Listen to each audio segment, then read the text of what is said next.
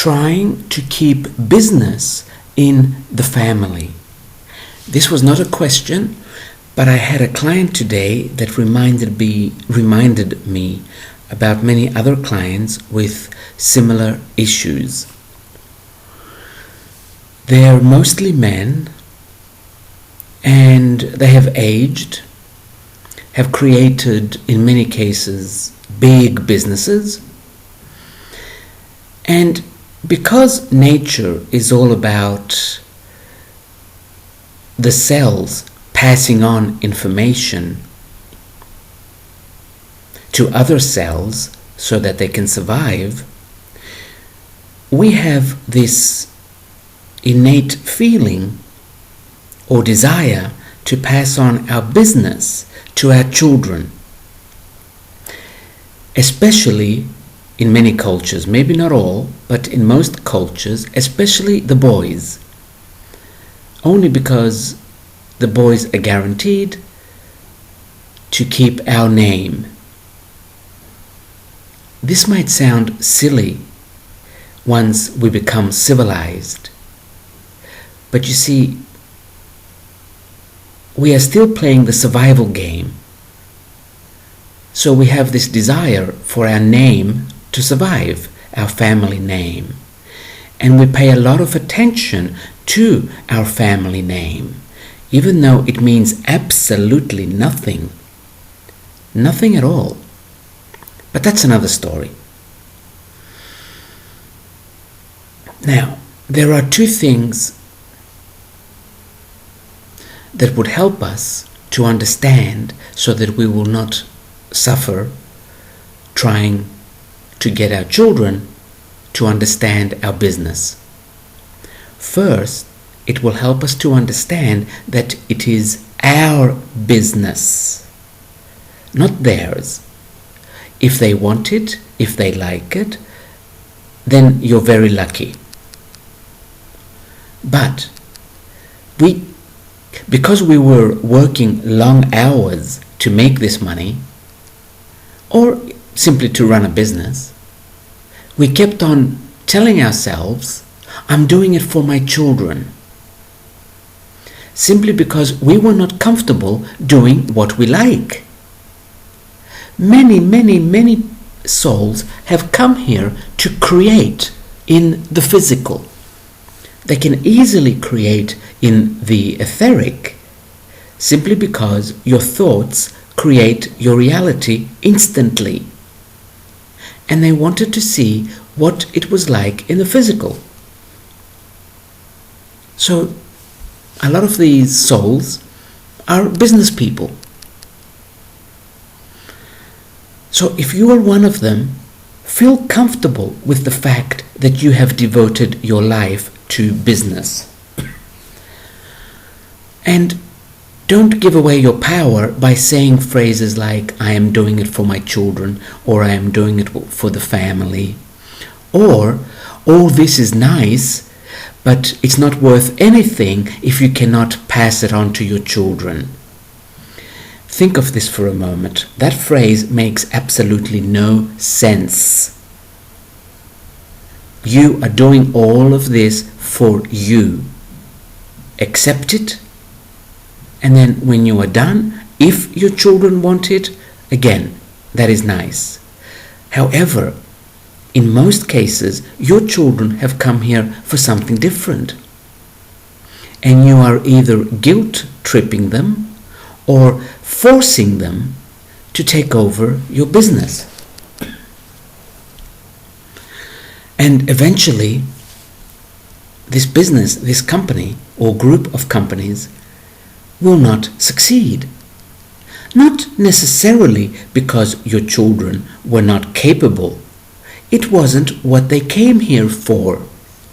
Their soul isn't into it as much as your soul was. And you're making your children's life miserable because they are doing something they do not want to do, or something they did not come here to do. And then they also resent you. They might not admit this, But because they are forced to do something they did not come here to do, there's always resentment there. I will talk about today's client in a moment. First, I want to mention something else too.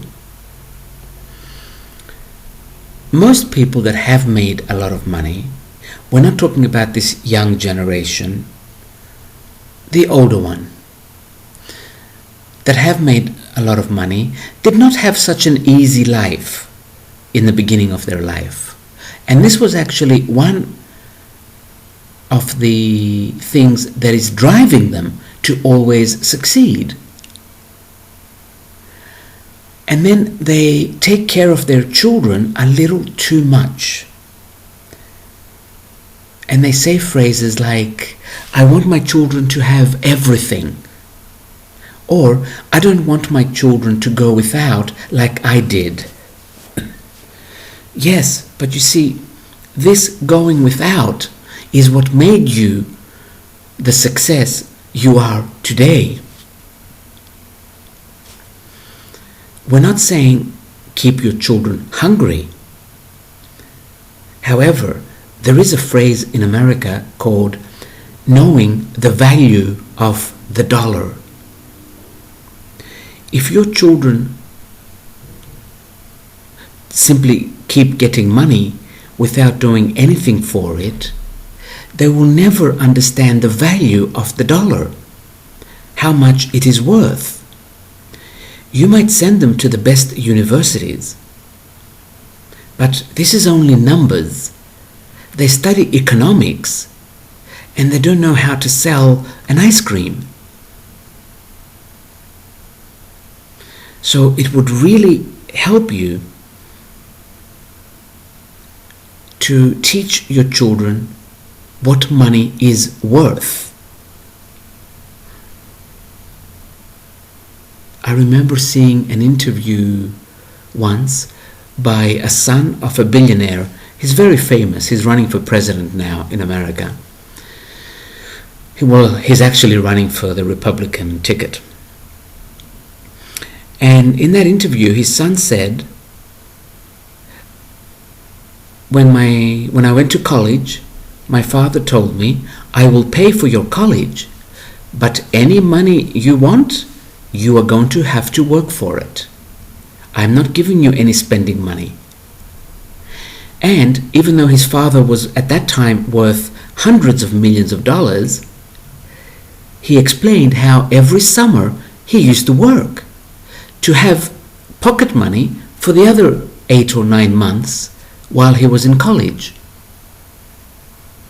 And now all 3 of his adult children, not the son, the father, all 3 of his adult children are working for his company. Not because they are his children, because they have learned the value of money, the worth, how money, I was going to say the word moves, but that's not the thing. That's not the right word. See, they learned how to make money. And so many times, if we have money, we do not teach our children how to make it. But we expect them to take over multi-million-dollar corporations. How are they going to do this? And then we think our children are stupid. It's not that.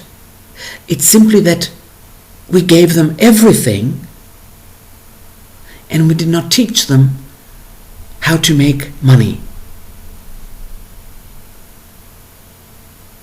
So if you still have young children and you have some money, focus on teaching them about money. Now, in today's client, it was a little bit funny. Don't laugh. He's got 4 children, 1 boy and 3 girls. And he was asking questions about, can my son take over my company? And his higher self was saying, no, but one of your daughters can. And I was seeing that this daughter was actually older than the son. And I said, I don't know which daughter it is, but she is older than the son. And he was saying yes, yes, and then asking about the son again. Was not interested in the daughter at all taking over his company. He needed the son to take over the company. Then the soul explains, because the soul is a little polite sometimes, and especially because the guy did not speak English, I did not speak his language, so we had a translator, and the translator was the guy's personal assistant.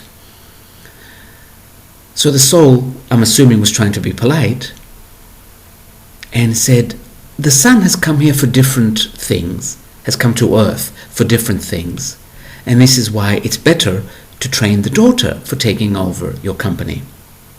Yes, yes, and going back to the son again, did not want to hear anything about the daughter.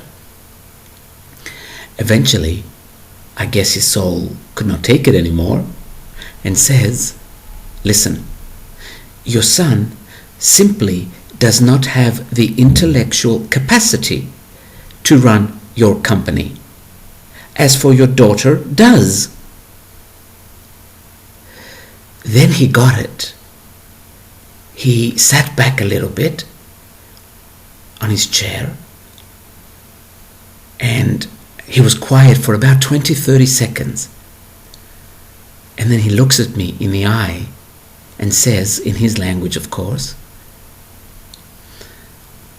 this is the one thing I have been in denial of for most of my son's life, because I did not want to admit that my son is not as smart as I am. And then his soul explained that his son simply did not come here to play the survival game, so he did not have to be as smart. He came here for something totally different. The son is not stupid by any means. He's just not what we would call a fox, meaning really quick, really witty. So you saw that guy totally change after this. Not because he found out his son is not the smartest person on the planet, but because he accepted it. And it wasn't a judgment towards the son. It was, look, he doesn't need to be that quick as you are. Because he did not choose circumstances where he would have to be quick in order to survive. So, if your children are not as witty, as fast as you are, it does not mean they are stupid. It simply means they have come to earth for something else. Maybe they simply came to enjoy earth, meaning enjoy the physical. And they chose someone who has money so that they could enjoy it even more, or even easier. So there are many reasons why we cannot always pass on our business to our family, to our children, in this case to our son. Don't take it personally, because you will feel like a failure. Everybody naturally wants children that are smarter than them. Actually, they don't, but let's pretend we do, because we don't. We want children that need us. And if you're needy, you cannot be that intelligent.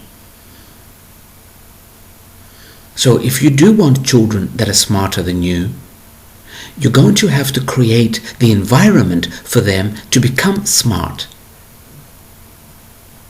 Because environment has so much to do with street smarts, as we say.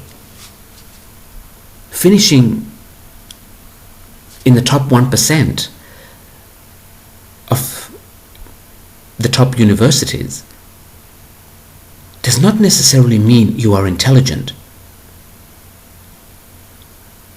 If you want intelligent children, think, ask yourself, what was it that made me intelligent?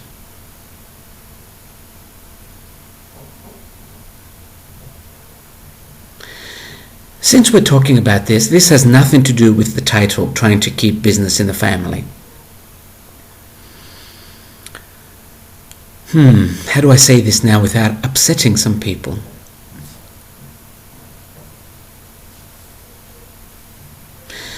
I've lived in many countries with a high immigrant population. I myself grew up in an immigrant family in Australia. Children of immigrants are quite quick thinking. The biggest reason is we live in two different cultures. We speak two different languages fluently. However, we would like to be a part of the culture we live in, but our parents want us to hold on to the culture they come from. So we actually have to be double agents. And we have to learn from a young age what we should not tell our parents. Like, I remember progress for my parents was not called progress. It was called Australian. And it had nothing to do with the nationality. It was simply progress. So we had to think quickly and only let them know what would not offend their culture or what would not upset them. This in turn, or eventually, this makes you smart. It helps you think quickly and make quick decisions.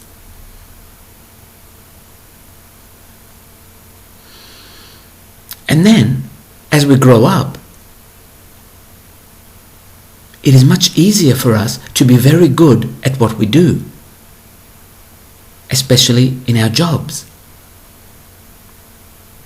Because having to kind of lie, not outright lie, but having to always know what not to say,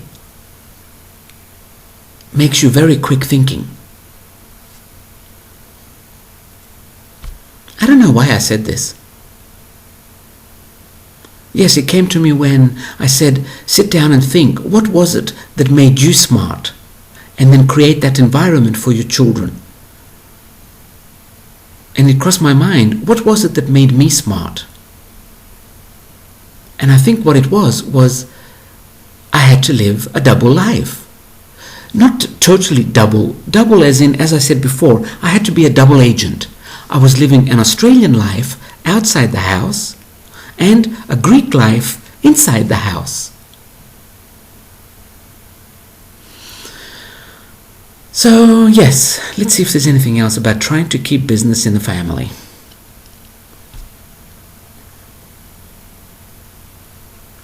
I don't think I have anything, but I have seen too many men, I'm sure women as well, but they haven't come to me.